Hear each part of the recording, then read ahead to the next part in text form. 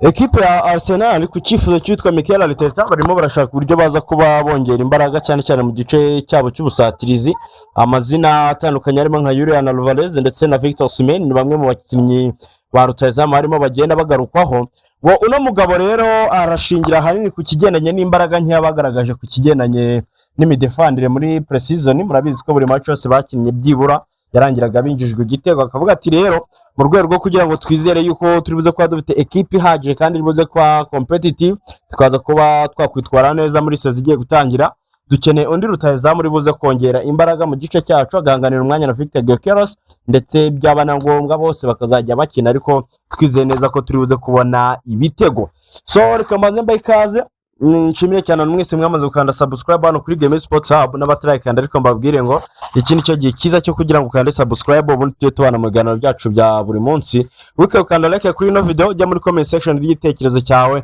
Ese wowe Victor Osimhen, Julian Alvarez na Victor Gyökeres wahitamo? Urabona ari ngombwa kwagura indi rutahizamu cyangwa ku giti cyanyu nk'abafana ba Arsenal murabona bahagije? Ku munsi w'ejo murabyibuka neza nibwo inkuru ya The Telegraph yari yasohotse, nabonye n'abantu benshi bagiye bayigarukaho. Yavugaga yuko hagati ya Arsenal na Galatasaray hari harisanzwe ibiganiro n'ubundi bigendanye na bid ya kipe ya Galatasaray yari yatanze miliyoni 45 kwitwa Gabriel Martinelli. Byaje kurangira rero ngo muri ibyo biganiro ahubwo bahise bazanamo izina ryitwa Victor Osimhen, ndetse umwe mu bakinnyi bari batangiye kwita baganiraho babifuza yuko nyine nawe yatwarirwa hamwe muri ibyo biganiro. Abakora akemeza yuko naho uyu munsi update yaje iturutse kuri Sky Sport, barimo baratubwira ko ngo ekipe ya Galatasaray ubwayo ariyo yaba yasabye Arsenal ko bakora swap deal, bakaza kuba batanga Victor Osimhen bakabahereza Gabriel Martinelli ndetse n'uno musore bita Ethan Nwaneri, umwe mu basore bakiri bato wifuzwa cyane n'ino ekipe. Amakuru akemeza yuko rero ngo ekipe ya Arsenal ari nayo mpamvu yatumye uwitwa Andrea Berta afata indege akerekeza mu gihugu cya Turukiya kugira ngo bajye kuganira neza kuri iyo deal ndetse n'ibyo biganiro baze kuba babirebera hamwe. The Football London ndetse na Ben Jacobs yageze kwikomozaho gato, batubwira ko ngo ekipe ya Arsenal nta intention cyangwa se na gahunda bafite kuza kuba batandukana n'uwitwa Ethan Nwaneri kuri permanent deal. Bavuga yuko ngo ari umusore bigendanye n'uburyo yitwaye muri pre-season, babona yuko ari umukinnyi mwiza ushobora kuzafasha mu gihe kiri imbere, bityo ahubwo ngo bashobora kuza guhitamo kuba bamutiza bibaye ngombwa kugira ngo ajye kuzamura urwego rwiwe, ariko ngo imoso yiwe n'uburyo atwara baro, uburyo yiyinterpreta mu kibuga ndetse n'izindi karite nyinshi bagiye bamubonaho, bakemeza yuko ngo ari umwe mu bakinnyi batari buze gutakaza mu buryo byoroshye. Bityo rero ko iyo swap deal ya Galatasaray ishobora kuza kugorana, ahubwo ngo bakaba nabo barimo babapropoza ko bakora swap deal kwitwa Gabriel Martinelli gusa, bagatanga Martinelli wenda bakaza gukoma amafaranga make, ariko Ethan Nwaneri akaza kuba avanwe muri ibyo biganiro ndetse n'iyo deal. Bakomeje kubwira yuko uwitwa Victor Osimhen kugeza magingo ari umwe muri ba rutahizamu bakomeye barimo bifuzwa na Arsenal, ndetse n'umwe muri ba rutahizamu wagiye uvugwa cyane cyane muri ino ekipe na mbere ko basinyisha Victor Gyökeres, gusa bikaza kurangira bigoranye kwera igiciro. Ni rutahizamu maze igihe kinini wifuzwa n'amakipe yo muri Premier League. Murabyibuka ko 2024 nabwo yatekerejwe muri ekipe ya Chelsea, nabwo bikaza kurangira bidakunze kubera amafaranga Napoli yifuzaga. Kugeza magingo rero ngo mu gihe cyose no rutahizamu yaba abonetse yaba ari inyongera nziza muri ino ekipe ya Mikel Arteta, cyane ko ari umusore watsinze ibitego 23 mu mikino 33 yakiniye ino ekipe, akaza ko atanga assist zigera mu 8 nimba bibutse neza. Akavuga rero ngo aramutse amubonye bigendanye n'iyo mibare yakoze, bigendanye na profile yiwe y'imikinire itandukanye na Victor Gyökeres, yababonye shuwa cyangwa se yabagize amahitamo atandukanye yazajya yifashisha hariya ku gice cy'imbere, ndetse n'umukinnyi nyine ubona yuko yaza kuba amufasha ibintu byinshi bitandukanye. Tukiri kuri ino ekipe ya Arsenal kandi hari amakuru nabonye yagiye acaracara cyane, update igezweho ku witwa Julian Alvarez.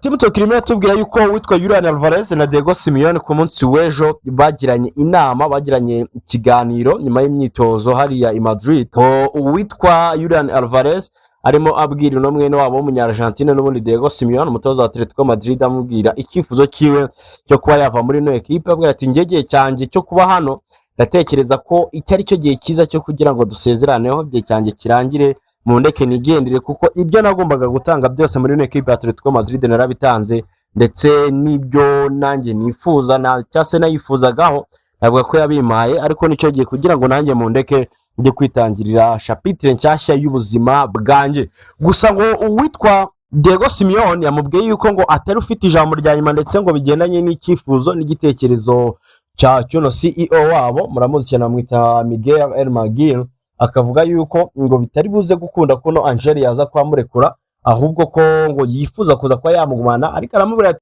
kabone niyo yaba agiye kwemera ngo ube wagenda biraza kugorana ko yareka cyangwa se biraza kugorana ko yakwemera kujya muri equipe ya FC Barcelona nka equipe wifuza cyane ko ngira ngo murabyibuka saga igeze kuba mu kwezi kwa gatandatu hagati ya Deco uyu perezida wa Barcelona ndetse no CEO wa equipe ya Atletico Madrid bagiranye beef biza kurangira banasubizanya murabyibuka icyo gihe Deco yarimo avuga ati barabizi ko natwe offer twabahaye rwose eri untouchable cyangwa se unmatchable igihe kizagera n'ubundi ikarangira ariko rero ngo nabo barabizi ko ari amafaranga badashobora kuza kwibuza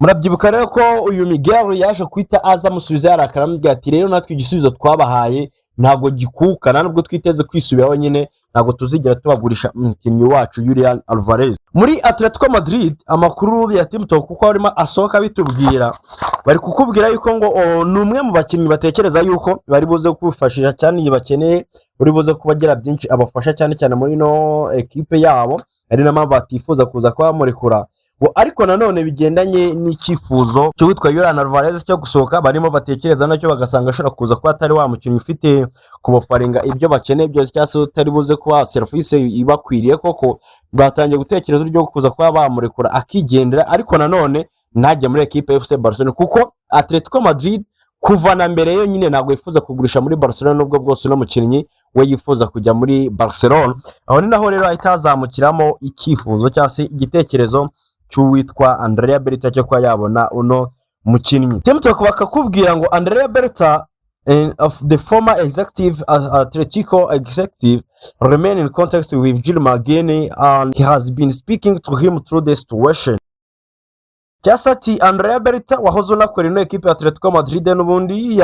amaze igihe kinini aganira n'uyu CEO wa Atletico Madrid Gil Magini ndetse abandi bakajya kureba bakemeza yuko ngari inshuti mu buzima busanzwe bigendanye n'imyaka banamaranye ari umuntu bajya baganira rwose bakiganira no kwitandukanya na business kurya ari n'amambo ngo arimo prefera kuza kuba agora equipe ya Barcelona Gil Magini kugira ngo arebe ko yaza kuba afasha uwitwa Julian Alvarez kuba yakwerekeza muri ino equipe Arsenal ngo cyane kandi ya Berta nyine ari umuntu wamweretse ko ari umukinnyi bifuza cyane. The Gunners approach is to remain closer to the development and ensure they are in position to make a quick free should Alvarez prefer the Barcelona switch ultimately fair. Nukuvuga ngo igitekerezo cya Arsenal ni ukuza kuguma hafi y'ino situation ndetse bakagenda bongera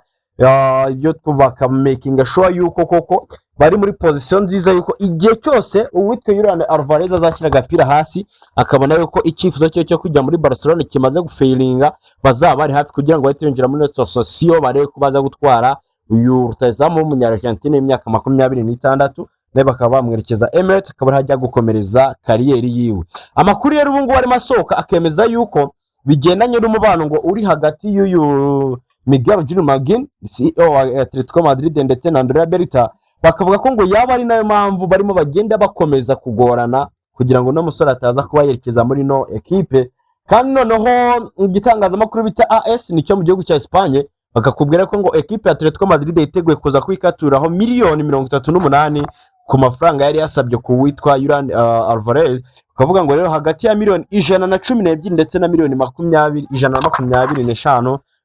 bishobora kuza kurangira uwitwa Julian Alvarez yemeye kugenda ndetse Arsenal nayo bakavuga ati yiteguye kuza guhagurukira muri miliyoni 100 kugira ngo irebe ko yaza kwibona uno mukinnyi no gutegereza tukareba rero ngo biraza kuba bigenda gute hagati y'abano ba rutayizamu bombi gusa ikindi kintu wamenye no ko equipe ya Arsenal ikirimo irashaka undi mu defenseur nubwo birimo bisa nk'ibigorano kwitwa Ezri Konsa ariko Arsenal igomba gushakisha uburyo ki bwose bivuze kwibona umu defenseur wo kuza kwinjira muri no equipe ibyo byose ndetse n'ibindi nabyo nibyo turaza kugenda tugumya tugarukaho tureba ngo bihagaze bite icyo ngusaba no gukanda subscribe ukibuka gukanda like kuri no video ujya muri comment section y'itekerezo cyawe tubwire se muri abo bakinnyi bose urabona rinde ukwiriye kuba yajya muri nano equipe ya Arsenal ubona rinde wabafasha cyane ni Osimhen cyangwa ni Alvarez katugani